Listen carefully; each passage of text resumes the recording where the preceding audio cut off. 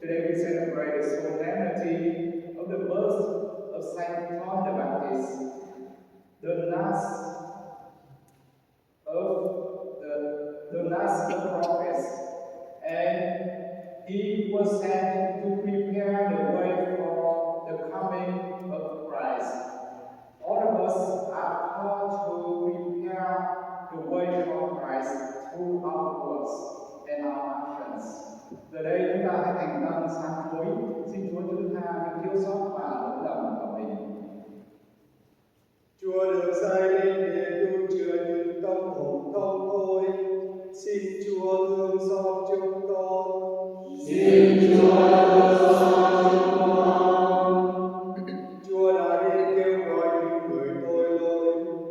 Xin Chúa Kitô thương xót chúng con. Xin Chúa Kitô thương xót chúng con. Chúa gửi về điều Đức Chúa Cha để truyền cầu cho chúng con. Xin Chúa thương xót chúng con. Xin Chúa thương xót chúng con. Xin Thiên Chúa quảng năng thương xót tha tội và dẫn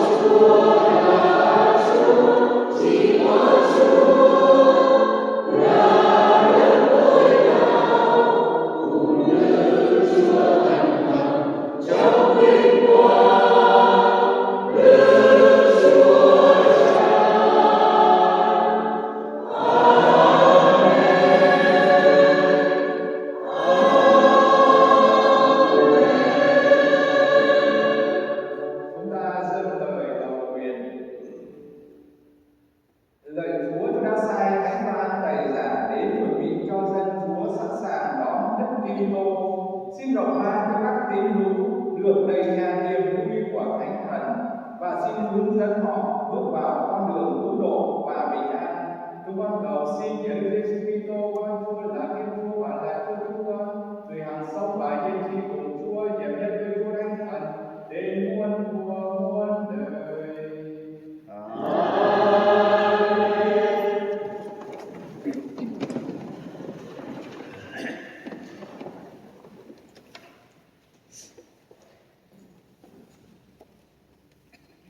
Bài trích sách ngôn sứ Isaiah. Hỡi các đảo, hãy nghe tôi đây. Hỡi các dân tộc miền xa xăm, hãy chú ý. Đức Chúa đã gọi tôi từ khi tôi còn trong lòng mẹ. Lúc tôi chưa chào đời, Người đã nhắc đến tên tôi. Người đã làm cho miệng lưỡi tôi nên như gương sắc bén, giấu tôi dưới bàn tay của người. Người đã biến tôi thành mũi tên nhọn, cất tôi trong ống tên của người. Người đã phán cùng tôi: hỡi Israel, ngươi là con trung của ta, ta sẽ dùng ngươi để hưởng lộ vinh quang. Phần tôi đã nói, tôi vất vả đúng công, phí sức mà chẳng được gì. Nhưng sự thật đã có Đức Chúa minh xét cho tôi. Người dành sẵn cho tôi phần thưởng. Giờ đây Đức Chúa lại lên tiếng. Người là đấng nhào nặn cho tôi từ khi tôi còn trong lòng mẹ, để tôi trở thành người tôi trung, đem nhà Gia Cớp về cho người, và quy tụ dân Israel chung quanh người. Thế nên tôi được Đức Chúa trân trọng, và Thiên Chúa tôi thờ là sức mạnh của tôi. Người phán: nếu ngươi chỉ là tôi trung của ta, để tái lập các chi tộc Gia Cớp, để đưa các người Israel sống sót trở về, thì vẫn còn quá ít. Vì vậy, nay ta đặt ngươi làm ánh sáng muôn dân, để người đem ơn cứu độ của ta đến tận cùng cõi đất. Đó là lời Chúa.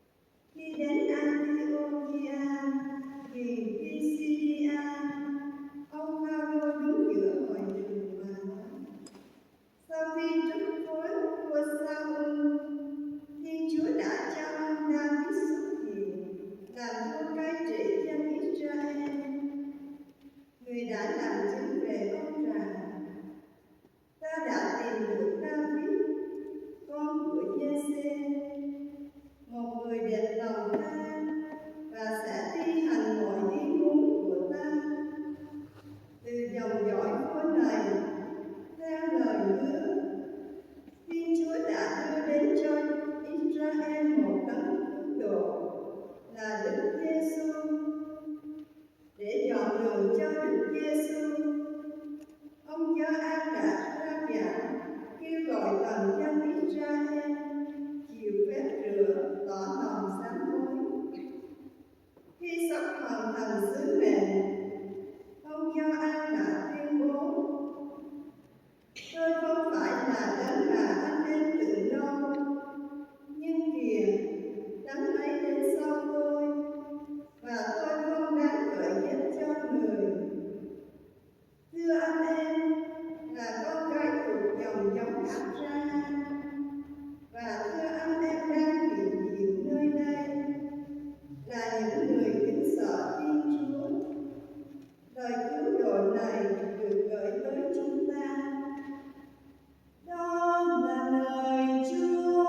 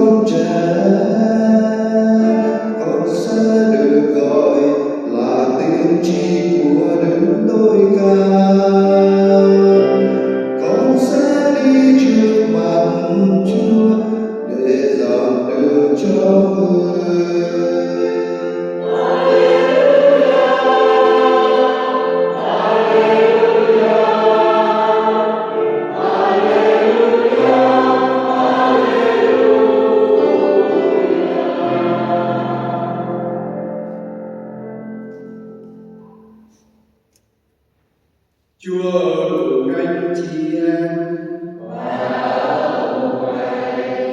Tin mừng Chúa Giêsu Kitô theo Thánh Gioan.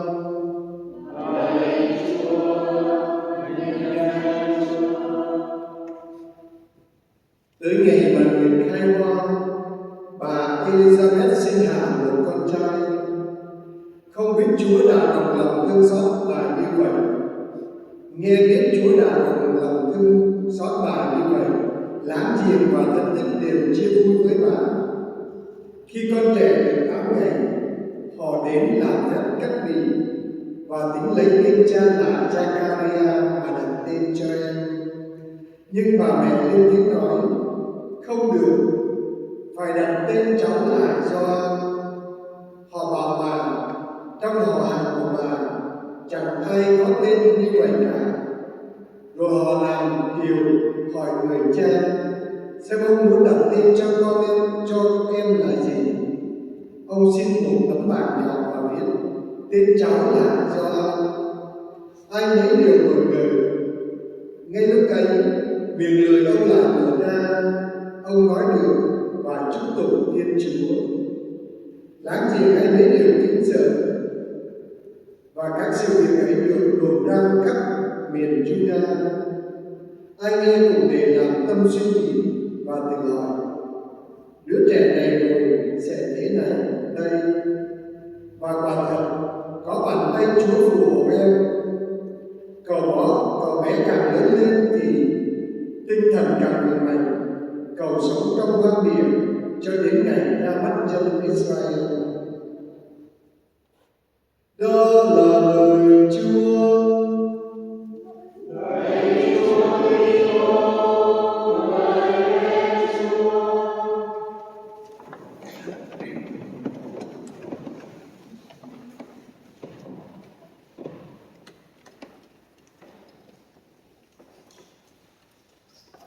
Hôm nay chúng ta mừng đến cái gì ạ? Đến gì ạ? Dạ, đúng rồi, lễ sinh ạ. Có bởi vì Thánh Gioan thì có 2 lễ, đó là lễ khai nhị sự giảng nữa và lễ sinh nhật. Trong công vụ Kitô giáo có bao nhiêu lễ sinh nhật?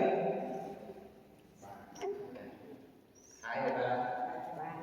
Dạ, 3 là dạ, còn chúng ta thì thống nhất là 3, đúng rồi. 3 thì trước hết đó là sinh nhật Chúa Giêsu, thứ hai sinh nhật Đức Maria, thứ ba là sinh nhật Thánh Gioan Tẩy Giả. không một vị thánh nào khác được mừng lễ sinh nhật. Cho nên chúng ta thấy Thánh Gioan Tẩy Giả có đặc biệt không? Rất đặc biệt. Ngoại trừ Chúa Giêsu và Đức Maria thì quá đặc biệt rồi. Còn Thánh Gioan Tẩy Giả, chúng giáo hội mừng Gioan Tẩy Giả, sinh nhật của Gioan Tẩy Giả để cho thấy rằng vai trò của Gioan Tẩy Giả hết sức đặc biệt trong chương trình cứu độ của Thiên Chúa. Và trong bài Tin Mừng ngày hôm nay, khi mà giáo hội cho chúng ta mừng về sinh nhật Gioan Tẩy Giả, thì chúng ta nghe bài Tin Mừng ngày hôm nay, và Tin Mừng ngày hôm nay nói về hai điều căn bản, đó là cái ngày mà Gioan được sinh ra và ngày mà Gioan được làm lễ cắt bì và được đặt tên. Gioan được sinh ra bởi vì lúc ấy người ta nghe thấy những điều tốt lành mà Thiên Chúa làm cho hai ông bà như vậy, thì người ta đến mừng vui cùng hai ông bà. Rồi 8 ngày sau người ta đến để làm lễ cắt bì. Chúng ta biết lễ cắt bì là gì rồi đúng không ạ? Rồi và cái ngày đó cũng là ngày đặt tên cho con trẻ. Con trẻ nó chưa có tên, và đến cái ngày mà nó làm lễ cắt bì của những người lúc đó để mà cho thấy rằng người đó thực sự thuộc về Thiên Chúa. Và hôm đó là ngày đặt tên cho em nhỏ, và người ta nói rằng tôi đặt tên cho cháu là Zakaria, bởi vì theo tên của cha. Đó là cái văn hóa, cái truyền thống của con người, hoặc là lấy một tên nào đó ở trong dòng họ cho những người họ hàng để đặt tên. Nhưng mà Elizabeth, mẹ của cậu nhỏ, mẹ của đứa trẻ, mới nói không, cháu sẽ được gọi là Gioan. Mọi người phản đối, bởi vì trong dòng họ không ai như vậy cả, trong những người không quen biết không ai như vậy cả, và họ làm hiệu cho Gioan Tẩy Giả, làm hiệu cho Zakaria, bố của Gioan, và ông ấy biết tên cháu là Gioan. Và cái điều lạ lùng xảy ra đó là ngay lập tức miệng của ông nói được và ông ca ngợi Thiên Chúa. Điều này cho chúng ta thấy điều gì? Là bởi vì tại sao mà tên lại quan trọng như vậy? Bởi vì đối với trong Kinh Thánh, tên không có nghĩa là chỉ để gọi con, mà tên còn gắn liền với sứ vụ mà Thiên Chúa muốn đặt để cho người đó. Chữ Giêsu chúng ta biết tên là nghĩa là gì không ạ? Có nghĩa là Thiên Chúa cứu độ. Có nghĩa là tên ở trong Kinh Thánh còn giống như là Thánh Phêrô ngày trước được gọi là tên Simon, đúng không ạ? Rồi chúng đặt tên là gì? Là gì ạ? Kepha, Phêrô có nghĩa là đá. Có nghĩa là khi mà đổi tên như vậy là gắn liền với sứ vụ mà Thiên Chúa đặt để cho. Khi mà đặt để đổi tên ở trong Kinh Thánh thì luôn luôn gắn liền với một sứ vụ đấy. Cho nên tên ở trong Kinh Thánh không chỉ để mà gọi, giống như chúng ta gọi cha đoán, hay là gọi người này gọi người kia được thành, hay là thầy giáo ví dụ như vậy, thầy giáo Hương, không phải chỉ để gọi như vậy, mà còn một sứ mạng mà Thiên Chúa đặt để, và đó là đi dọn đường cho Chúa. Ở đây Gioan đến không phải để làm viên mãn, để thực hiện những cái điều mong ước của con người. Người ta muốn đặt tên Gioan, làm cái này, muốn đặt tên cho Gioan, làm cái kia, nhưng mà Gioan không đến để mà đáp lại những cái mong ước đó của con người, mà là để thực hiện chương trình kế hoạch của Thiên Chúa. Và đố anh chị em biết cái chữ Gioan có nghĩa là gì? Chữ Gioan có nghĩa là Thiên Chúa tốt lành. Đúng ra là God is gracious. Thiên Chúa tốt lành. Ngài không chỉ tốt lành đối với gia đình của Zakaria, mà Ngài muốn Gioan đi để mà dọn đường cho chính đức tốt lành ấy đến với nhân loại.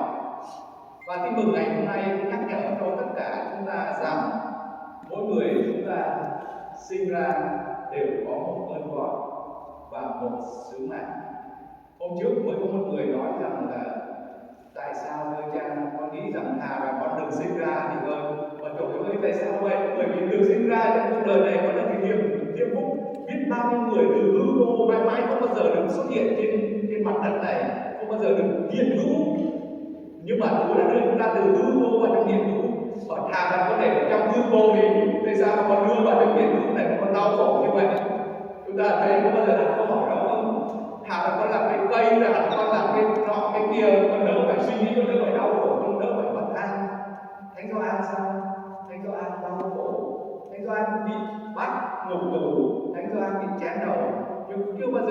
đạt được cái điều đó hết, bởi vì mỗi người được sinh ra trong cuộc đời này đều có Chúa đặt để trong sứ mạng, cho dấu sứ mạng đó là cách này hay cách khác, nhưng mà tất cả đều làm tôn vinh Thiên Chúa và làm sáng danh Chúa, chuẩn bị cho Chúa đến trong trần gian này qua lời nói, qua cuộc đời của chúng ta. Vì vậy anh chị em, không phải ngẫu nhiên mà tự nhiên chúng ta có ở trong mặt trong thế giới này. Nhìn các bình diện của con người là một người nam và một người nữ kết hợp rồi có người con, nhưng mà tất cả mọi sự nhìn theo đức tin của Kitô giáo chúng ta đều có sứ mạng ở trong đó. Vậy anh chị em, chúng ta được lời gọi theo Thánh Gioan, đó là hãy trở thành người dọn đường cho Chúa. My dear brothers and sisters, in today's gospel reading, when the time comes to name the child, everyone expects him to be called Zachariah after his father. But Elizabeth, his mother, says in week 9, no, he will be called John. And his father confirms it. Immediately his tongue is open and he begins to praise God. The name John means God is gracious. God is gracious. The child was not simply born to fulfill human expectations, but God's name. John the Baptist would grow up to prepare the way for the Messiah. This gospel reminds us that each and every one of us has a vocation and a mission given by God. We are not simply to fulfill the expectations of the world, but God's purpose for life. May we, like John the Baptist, prepare the way for Christ through our words and our lives.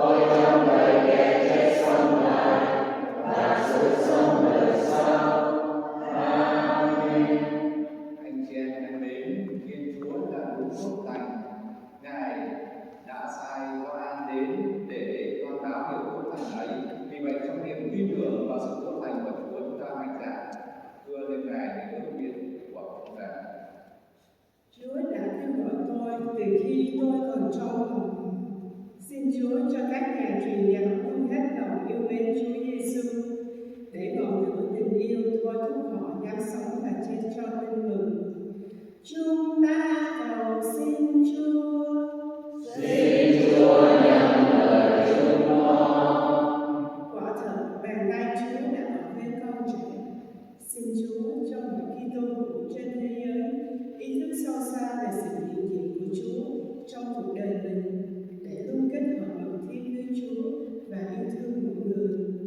Chúng ta cầu xin Chúa. Xin Chúa nhận lời chúng con. Con trẻ này rồi sẽ nên thế nào? Xin Chúa cho các thiếu nhi trong cộng đoàn chúng ta trở nên những Kitô hữu tốt, hầu góp phần xây dựng một xã hội tươi đẹp hơn. Chúng ta cầu xin Chúa. Xin Chúa nhận lời chúng con. Xin Chúa ban thêm niềm tin, tinh thần hy sinh, lòng mến yêu lời Chúa cho các thành viên trong ban đọc sách thánh, để họ luôn công bố lời Chúa đến với mọi người qua thượng đẳng và lối sống của mình. Chúng ta cầu xin Chúa. Xin Chúa nhận lời chúng con.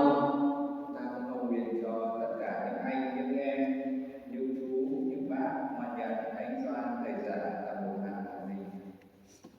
Lời Thiên Chúa toàn năng hoàng thu, xin thương đón nhận ước nguyện mà chúng con vừa dâng lên. Chúng con cầu xin nhờ Đức Kitô Chúa chúng con.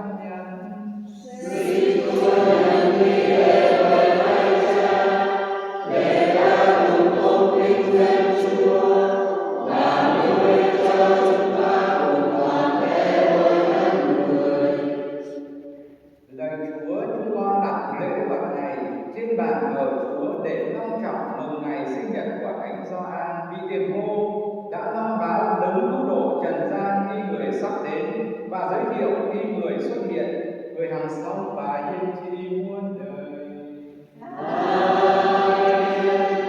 Cùng anh chị em Chúng con đang hướng về Chúa, Chúa là Thiên Chúa chúng ta. thật là chính đáng. Lạy Chúa là Cha Chí Thánh, là Thiên Chúa toàn năng hằng hữu, chúng con tạ ơn Cha mọi nơi mọi lúc, thật là chính đáng phải đào và xin ơn cứu độ cho chúng con nhờ Kitô Chúa chúng con. Chúng con ca ngợi những tỷ công Cha đã thực hiện nơi Thánh Gioan Điền Hô. Cha đã thánh hiến người và cho người được vinh dự đặc biệt giữa các người thế. Chưa sinh ra, người đã nhạc mừng khi được cứu độ trần gian được đến. Lúc chào đời, người đã đem lại niềm vui. Người là vị ngôn sứ duy nhất chỉ cho dân chúng nhận ra Đức Kitô là Thiên Chúa đến cứu độ trần gian. Hơn nữa, trong dòng sông Giô-đan, người đã là cách lửa cho đấng tiếp tập ý thích thánh tẩy để thánh hóa mọi người. Sau cùng, người đã sẵn lòng chịu chết để làm chứng cho Đức Kitô. Vì thế, cùng với nhiều lần thiên quân, chúng con ở dưới trần gian lốt ca cùng Cha uy vinh vinh hiền mà không ngừng tung hô rằng: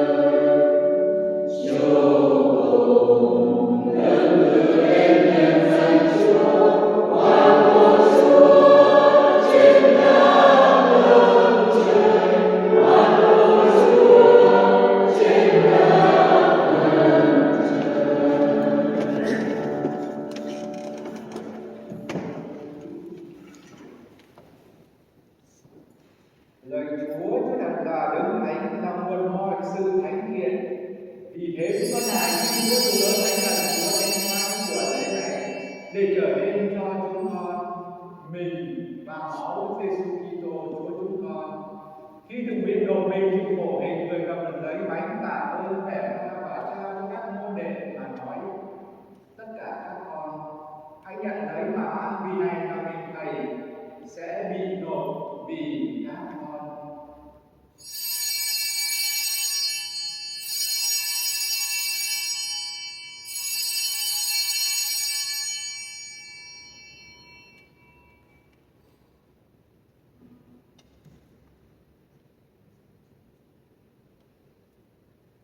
Cùng một thể thức ấy, sau bữa ăn tối, người cầm lấy chén cũng tạ ơn trao cho các môn đệ mà nói: tất cả các con hãy nhận lấy mà uống, vì này là chén máu Thầy, máu giao ước mới và vĩnh cửu sẽ đổ ra cho các con và nhiều người được tha tội. Các con hãy làm việc này mà nhớ đến Thầy.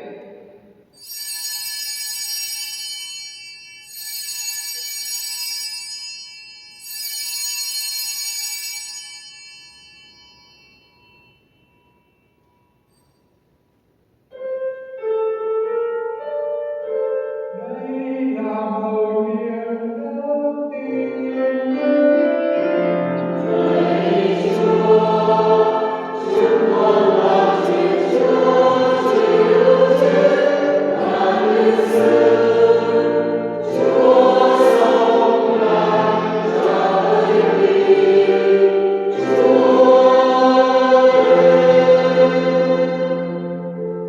Vì vậy, lạy Chúa, khi ghi nhớ con Chúa chịu chết và sống lại, chúng con dâng lên Chúa bánh trường sinh và chén cứu độ để tạ ơn Chúa, vì Chúa đã thương cho chúng con được xứng đáng hầu lãnh trước tôn nhang và phụng sự Chúa. Chúng con tha thiết này xin Chúa cho chúng con khi trong phần mình và máu Kitô được quy tụ trên một nhờ Chúa Thánh Thần. Lạy Chúa, xin nhớ đến hội thánh Chúa lan rộng khắp toàn cầu đến với toàn hội thánh trong nước Mến, cùng với Đức Giáo Hoàng Leo, Đức Giám mục Frank, chúng con và toàn thể hàng giáo sĩ. Xin Chúa nhớ đến anh chị em chúng con đang an nghỉ trong niềm hy vọng sống lại và mọi người, đặc biệt các bậc tổ tiên, ông bà, cha mẹ và thân bằng quý của chúng con đã ly trần trong hình hương của Chúa. Xin cho Thầy được vào hưởng ánh sáng tôn nhang Chúa.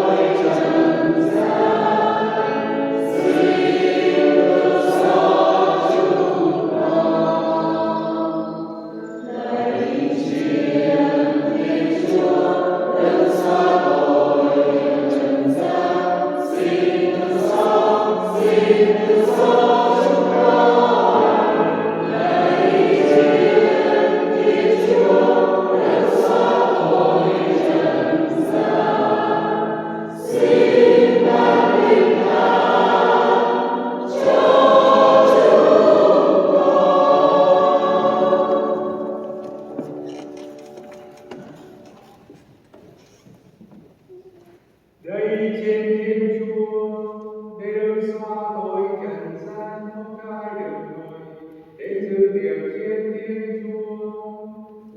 Lạy Chúa, con chẳng lẽ Chúa được vào nhà con, nhưng xin Chúa phán một lời, vì linh hồn con sẽ lành lặn.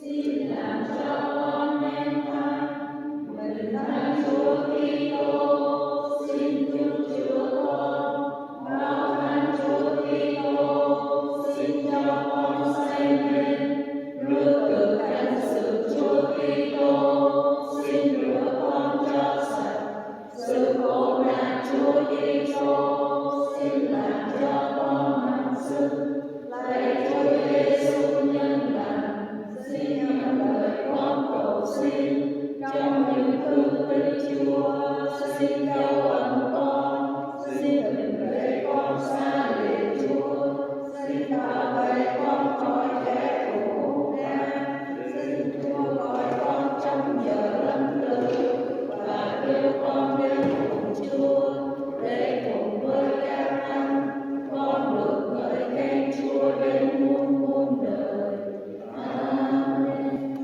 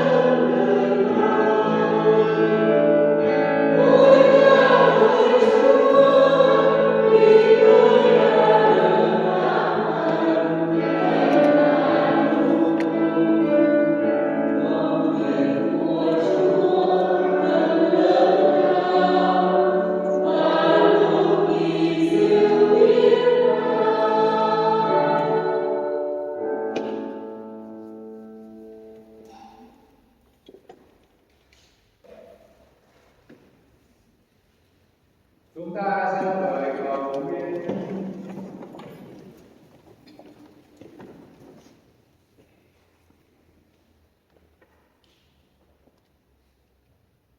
Lạy Thiên Chúa toàn năng hằng hữu, Chúa vừa bồi dưỡng chúng con nơi bàn tiệc thiên Thiên Chúa, xin cho hội thánh đang hoan hỷ mừng ngày sinh nhật của Thánh Gioan Tây Gia được nhận biết Đức Kitô là Đấng làm cho giáo hội được tái sinh, người hằng sống và hiên tri muôn đời.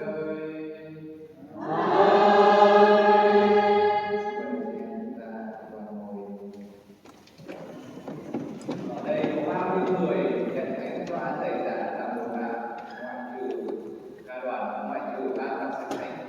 Anh chị em nào ai không giơ tay lên? Then we will use that. Okay, hay là cũng một là có là nó xanh lên thì con xanh con và cái ok để có thể quay trên đó. Happy say con.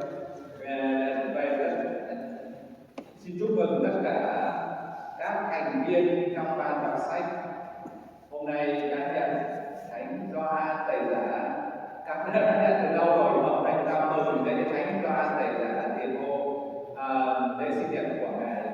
Xin cho các anh chị luôn được tràn đầy ân sủng của Chúa và luôn trở thành chứng nhân của Chúa trong cuộc đời này, và chúng tôi cũng cho Thanh nữa và tất cả những người mà đang nhận Thánh Gioan Tẩy Giả sinh nhật của Ngài là Thánh Bồ Tát. Và sau thánh lễ, ban đọc sách sẽ có tiệc kem, đúng không ạ? Ở đâu vậy? Ở ngoài đúng không ạ? Mời vì vậy mời ban đọc sách có chuyện lời là mời tất cả thầy sáu, tất cả những bà và anh chị em chúng ta ngoài ngoài kia để chúng ta cùng thưởng thức kem. Ban đọc sách has ice cream. All of you are invited. Okay, please go out after the mass and enjoy ice cream with ban đọc sách. Rồi đến ngày Chủ nhật tới này, Liên minh Thánh Tâm, xin lỗi, ở Cusino sẽ mừng một màn Chủ nhật tới này và sẽ có một buổi để mà gặp gỡ những anh chị em trong Cusino ở những vùng lân cận này. Vì vậy chúng ta cầu nguyện cho buổi gặp gỡ ấy được sinh hoa kết quả tốt đẹp. Và ngày thứ hai thì chúng ta vẫn có thánh lễ trọng mừng Thánh Phêrô và Phaolô. Vì vậy Cusino tiếp tục mời